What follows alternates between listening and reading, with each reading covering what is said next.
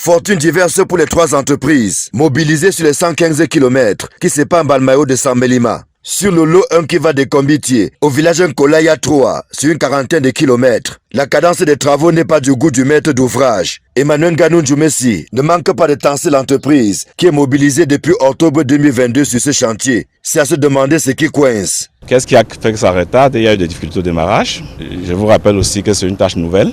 Donc au niveau des laboratoires, ça a pris du temps pour avoir la bonne formulation qui peut se tenir à la structure de la chaussée.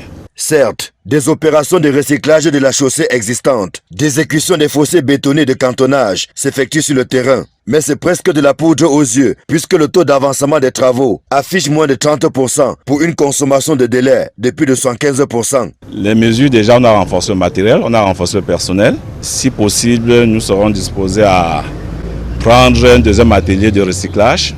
Avec ces dispositions, nous sommes sûrs et convaincus qu'on restera dans les délais.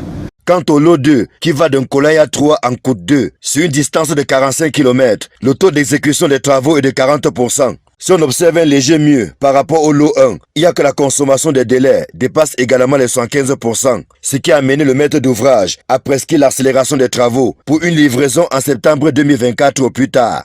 La seule satisfaction est venue du lot 3, long de 33 km, qui va du village Côte 2 jusqu'au carrefour de la Stèle, à l'entrée de la ville de Samelima. L'entreprise a quasiment achevé les prestations prescrites dans son cahier de charges. Les travaux qui évoluent à un bon rythme sont évalués à 80% et il est plus aisé désormais de rouler sur cette section. Bon à savoir, la route Balmayo-Samelima, qui assure la liaison entre les régions du centre et du sud, est également d'une importance capitale pour la sous-région, puisque les usagers à destination ou en provenance du Congo passent par ici, via la localité frontalière d'Ntam.